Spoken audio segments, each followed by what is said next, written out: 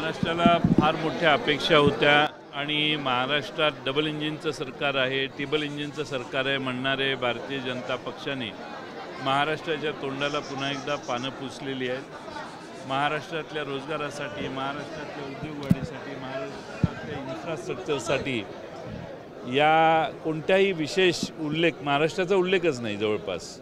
आणि त्याच्या उलट बिहार आणि आंध्र प्रदेश इथले आमदार टिकवण्यासाठी आणि सरकार टिकवण्यासाठी त्या दोन्ही राज्यांना विशेष सवलतींचा खैरात वाटण्यात आलेली आहे। देशात ही चुकीची प्रथा पडते आहे, एखाद्याच राज्याला स्पेशल मदत करायची आणि दुसऱ्या राज्यांना करायची नाही, ही देशात एक नवा बॅकलॉग तयार करण्याची शक्यता आहे। आज देशातल्या दोनच राज्यांना विशेष सवलतींचा वर्षाव होतोय। मला वाटतं की महाराष्ट्रातल्या सगळ्या खासदारांनी केंद्र सरकारच्या या बजेटचा निषेध केला पाहिजे, आंदोलनं केली पाहिजेत, धरणं धरली पाहिजेत की महाराष्ट्राला निग्लेक्ट करण्याचा पाप भारतीय जनता पक्षाच्या केंद्र सरकारने केलेला आहे।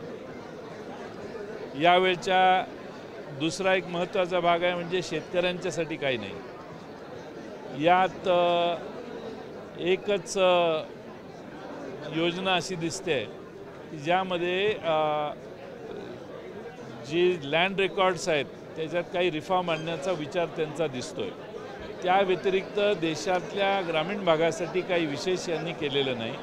घोषणा 3 कोटी घरं बांधणार, ही 3 कोटी घरं चालू आहेत, त्या घरांना अजून दुसरा आणि तिसरा ॲडव्हान्स आलेला नाही आहे, त्यांची पैसे आलेले नाहीत आणि त्यामुळं पुढच्या अशा सगळ्या घोषणा या वाऱ्याची वरात आहे। त्यामुळे याच्यावर कोणी विश्वास ठेवणार नाही। पण महाराष्ट्रातल्या कांदा उत्पादकांना, कपास उत्पादकांना, सोयाबीन उत्पादकांना, काहीतरी विशेष केळी उत्पादक, संत्रा उत्पादक यांना अशी एखादी पॉलिसी पाहिजे होती की ज्याच्यामुळं मन मानेल त्यावेळी केंद्र सरकार निर्यातीवर बंदी आणू शकणार नाही, पण त्याचा साधा उल्लेखही या बजेटमध्ये दिसत नाही। त्यामुळं महाराष्ट्राच्या वाट्याला यातनं काहीच आलं नाही।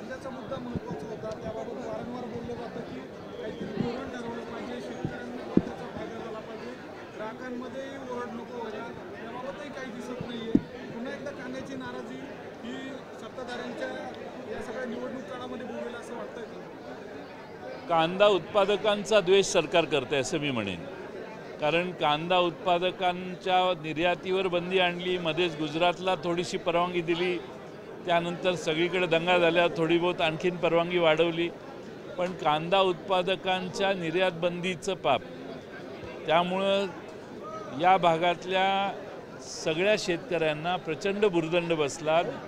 अशा अनेक घटना संत्रा, कपासी, केळी या उत्पादकांना देखील सोसाव्या लागल्या। त्यामुळं शेतकऱ्यांच्यासाठी या बजेटमध्ये काहीच नाही।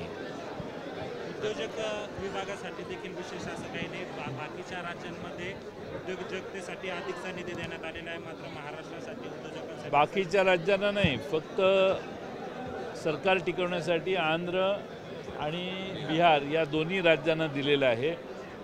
स्किलची भाषा आत्ता करायला लागले, ज्यावेळी त्यांच्या 10 वर्षाच्या काळात या देशात अनएम्प्लॉयमेंट प्रचंड वाढलेली आहे आणि त्यामुळं या देशातल्या बेकारीचा दर सर्वोच्च 45 वर्षात सर्वोच्च सध्या आहे।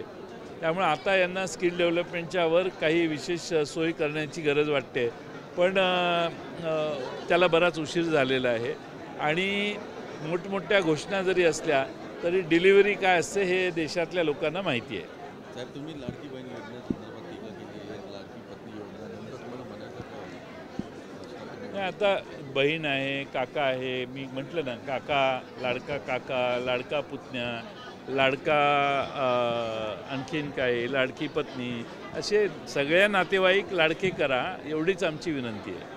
ठराविक नको। आता लाडका भाऊ योजना आणलेलीच आहे, तर मुख्यमंत्री मला खात्री आहे अशी योजना आणतील। निवडणुकीच्या पार्श्वभूमीवर ज्या पद्धतीने घोषणा केल्या जात आहेत, योजना कितपत प्रभाव पडू शकतो आगामी निवडणुकीत?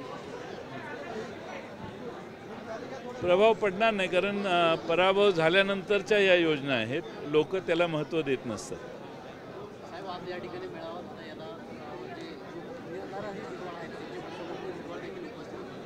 नरहरी झिरवाळ नव्हते. त्यांचे पुत्र आहे तिथे. मला माहीत नाही हां कोण उपस्थित होतं मला माहीत नाही. फार गर्दी होती मेळाव्याला, त्यामुळं मला अजून कोणी भेटलेलं नाही. अशी चर्चा आहे का तुम्हाला भेटणार आहे काय त्या संदर्भात किंवा बोलणं झालं आहे? माहीत नाही मला, माझी चर्चा कोणाच्याबरोबर झालेली नाही आणि मला कोण भेटणार आहे आता सुरू होतील भेटी, त्यावेळी मला कळेल. साहेब, गेलेल्या आमदारांपैकी काही आमदार आपल्या संपर्कात आहे किंवा आपल्यासोबत येतील अशी चर्चा आहे, त्यामध्ये झिरवाळ पण आहेत का? नाही, मी काय त्या आमदारांच्यावर अन्याय करणं योग्य नाही. बोलत असतात लोक, पण उगाच चर्चा बाहेर सांगणं आणि त्यांना अडचणी निर्माण करणं हे योग्य नाही असं मला वाटतं. थँक्यू. थँक्यू.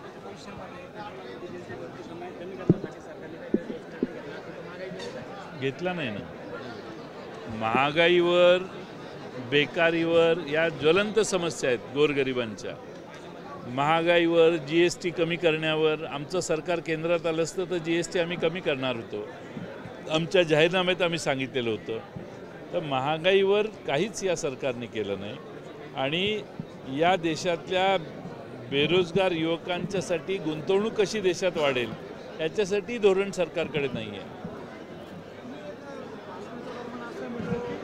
महाराष्ट्राच्या मधलं बरंच काही बाहेर गेलं, त्याची मोठी यादी आहे, भ्रष्टाचाराची देखील मोठी यादी आहे, ती लवकरच जाहीर करू असं तुम्ही म्हणताय. नाही, लवकर नाही. मी 2-3 भाषणात सांगितलं, आता वेळ जास्त झालेला म्हणून इथं नाही सांगितलं. जागा वाटप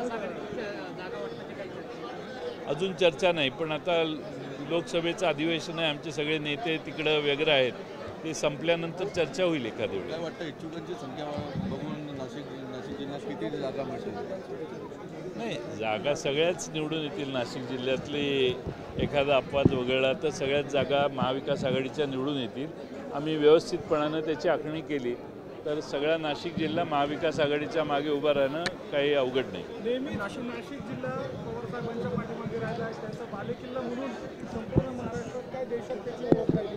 या निवडणुकीतही लोकसभेला ते दिसून आलं. विधानसभेला कसं चित्र राहील, काय तुमचं या सगळ्या संदर्भात आकलन? विधानसभेला देखील चांगलं चित्र राहील. लोकसभेपेक्षा विधानसभेला चांगलं राहील, कारण पहिल्यांदाच महाराष्ट्रातल्या जनतेला खात्री पटलेली आहे की हे सरकार जाणार आहे आणि त्यामुळं जो दबलेले मतदार होते, दबलेले कार्यकर्ते होते, ते मोकळेपणाने आमच्या सभोवताली फिरायला लागले आहेत. याचा अर्थ अच्छे दिन आने वाले हैं.